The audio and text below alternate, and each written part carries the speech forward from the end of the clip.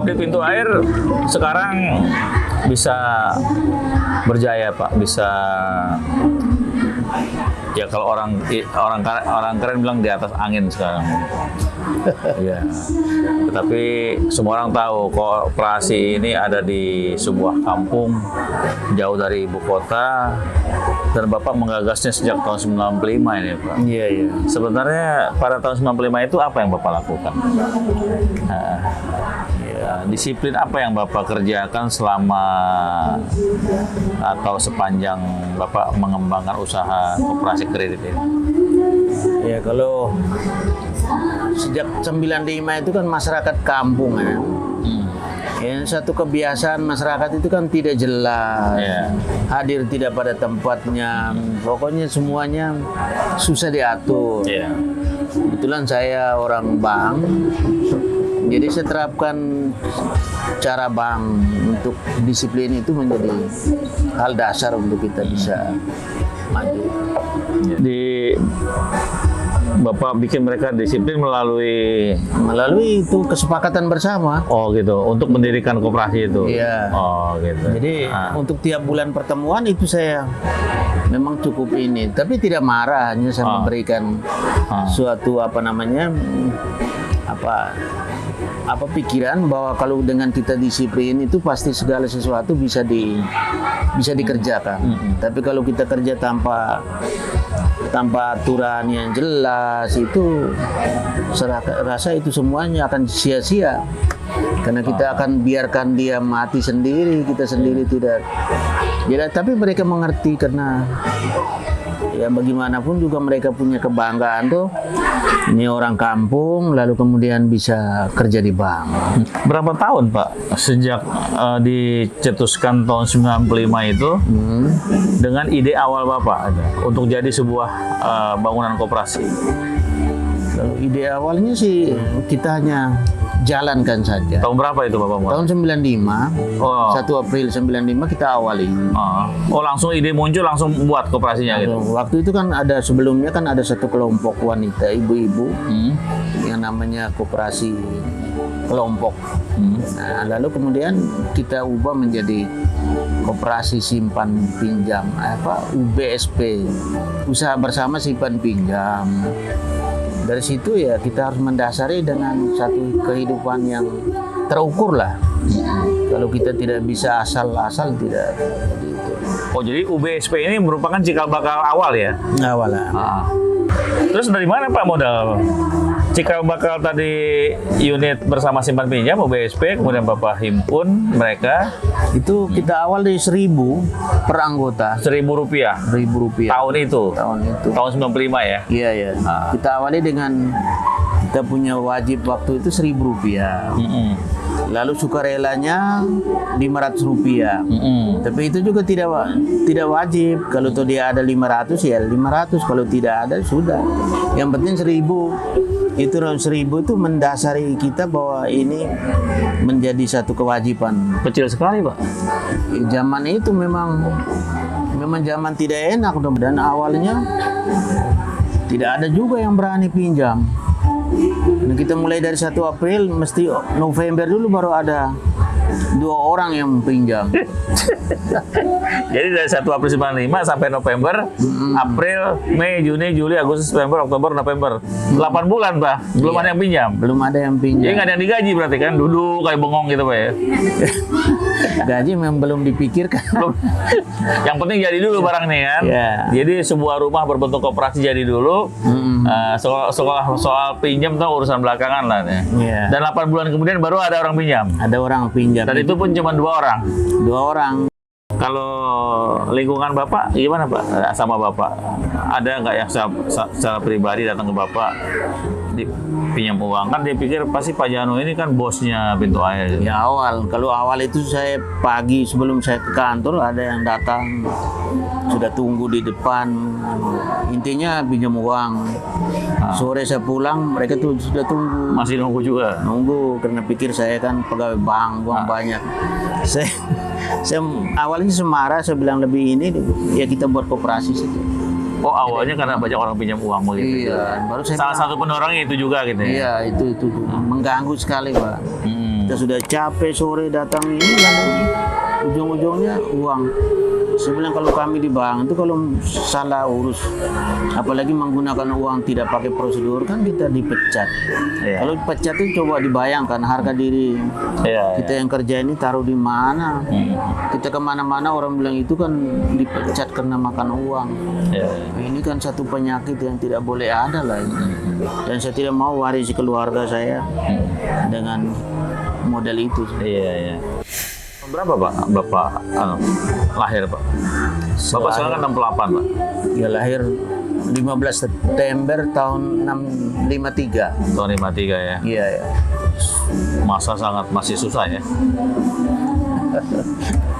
Tapi Bapak sempat kuliah kan Pak?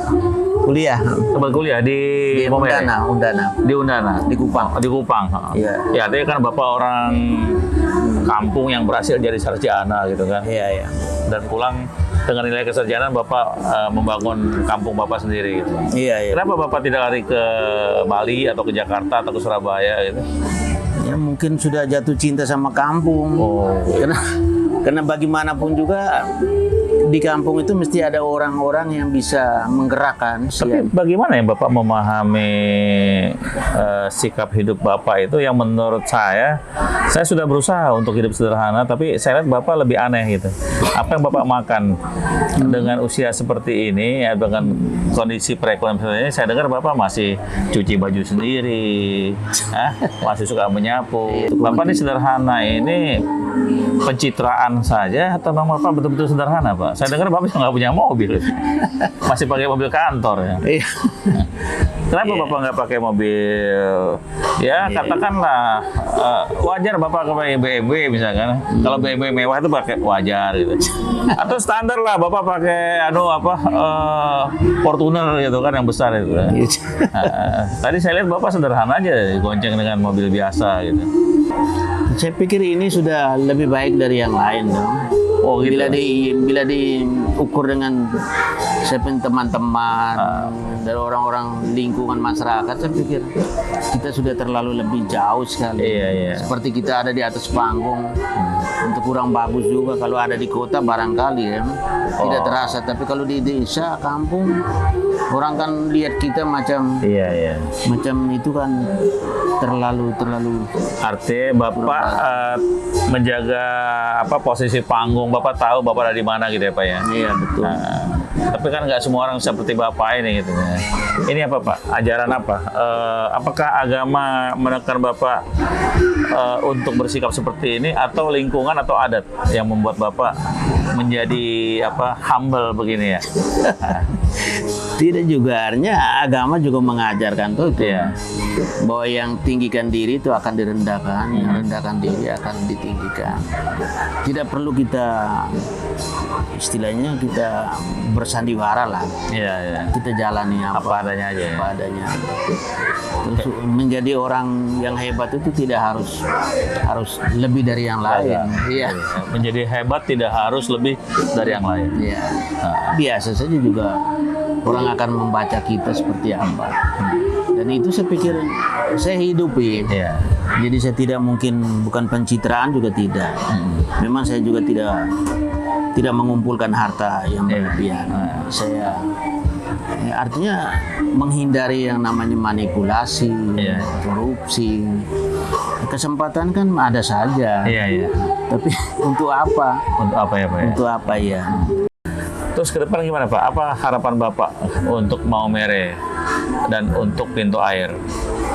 Artinya kan Bapak sudah harus menyiapkan kader Pak. Iya, iya. Pintu air jangan besar kemudian hilang.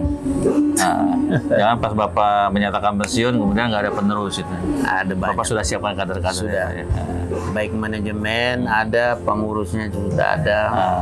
Tinggal waktunya mereka.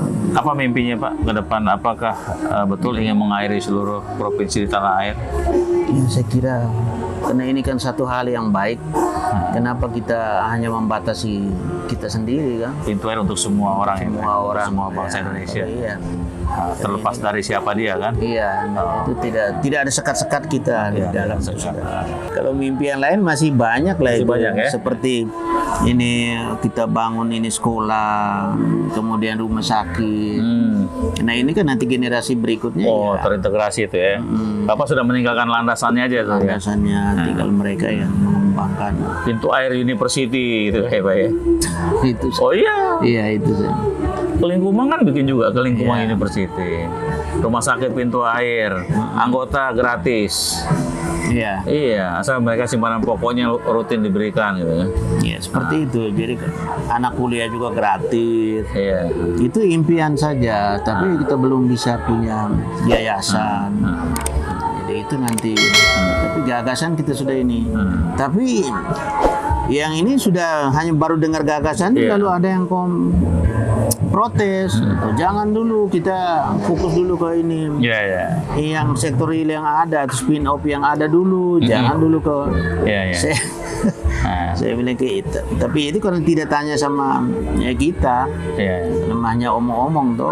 Ada yang WA ke saya, Mak, itu bilang kalau itu memang berani-berani buat kita kumpul anggota untuk demo. Saya bilang kok sampai saya bilang demo sebenarnya tidak penting kan. Ada pengawas, lalu kemudian pertemuan bulanan. Kita datang omong, jadi ini kan dari oleh untuk kita ini kan bukan saya punya. Saya kan mungkin hanya idenya, lalu harus diterjemahkan oleh kita semua. Dan manfaatnya juga kita. Jadi begitu. Terakhir Pak, tua Bapak untuk generasi muda pintu air ke depan. Ya, kalau Sampaikan saya, di depan kamera Pak. Iya. Terima kasih. Saya hanya punya satu pesan untuk generasi muda zaman milenial ini, itu ya istilahnya kita bagaimanapun juga kita bisa hebat karena kita bersama. Kalau kita berdiri sendiri, saya kira dalam sejarah sudah membuktikan bahwa kita tidak kuat untuk kita bisa melawan apa yang ada dengan perkembangan zaman ini. Sehingga kalau orang mau mere mau maju, ya kita harus bersama, dalam arti ya dalam hal ini usaha bersama melalui bendera pintu air ini kan harus kita pertegas lah begitu. Iya, iya. Kalau tuh kita rasa tidak cocok keluar, kalau kita masih cocok kita harus wajib menjaga, merawat bersama itu. Saya kira itu saja yang kurang lebih. Oke Pak. Terima kasih Pak ya. Ya terima kasih. Len, setelah sekian puluh tahun ya, 95 dari rumah papan biasa, kemudian menjadi gedung hebat. Ini di tengah desa. Dan Kopdit Pintu Air sekarang menjadi koperasi andalan Maumere di tingkat nasional nomor 1, jangan lupa. Nah Pak Jano tentunya sukses. Nah, dulu kan sangat sederhana kan, kamu ikut Pak Jano dari awal gitu. Nah setelah mereka maju seperti ini, Pak Jano gimana sikapnya? Apakah sudah jadi bos atau masih tetap jadi yang bersahaja seperti dulu itu? Iya. Apa yang kamu lihat? Yang saya lihat selama ini beliau ya dia punya gitu. pola pikirnya, kebijakannya itu tidak pernah bilang dia ya. Memang kadang mengambil satu keputusan juga kadang-kadang dari Lama. pihak tidak juga dari pihak manajemen melawan. Gitu tapi, ya. Protes juga gitu protes, ya. Tapi ya demi kebaikan bersama kita Dia setuju. Ya, dia sepakat saja. Tapi jadi artinya Pak Jano tidak pernah mengeluarkan hak dia untuk mengatakan tidak ya? Tidak. Bisa juga tidak, bisa juga iya. Bisa begini. juga iya. Artinya dia tetap menjadi pemimpin ya? Bukan jadi bos ya? Ya, memang kadang kita sudah buatkan satu aturan, tetapi ketika dalam perjalanan kalau tidak ini kita anulir kembali. Jadi tidak serta-merta, lalu kebijakan-kebijakan juga tidak serta-merta begitu saat kita ini putuskan. Dalam perjalanan kalau memang kita lihat tidak ini, kita anulir kembali. Oke. Ke depan Len, udah mau pensiun atau kamu mau pindah ke tempat lain? Atau tetap ingin ikut di pintu air sampai habis? Sampai dengan Tuhan memanggilmu. Iya, betul. Kalau saya memanggilmu, kamu nggak mau ikut? Kan? Oh, saya begitu. biar sampai dengan ya titik darah penghabisan di sini. Oh iya, itu kayak apa perang apa crusade. Iya. Ya, saya kira itu pengabdian yang luar biasa dari Leni ini, mulai dari pekerja tanpa digaji ya Leni. Iya. Kemudian karena diminta bantu Pak Jano, Iya. ya kemudian sempat jadi tenaga kerja asing ya Ya, di Malaysia ya. Di Malaysia, ya. Pulang balik lagi ke pintu air. Ya, balik. Ada magnet yang kuat ya. Ya. Dan sampai sekarang masih mengabdi sudah sekian puluh tahun. Jarang ada sekretaris seperti Leni. Sukses terus Leni. ya, terima kasih.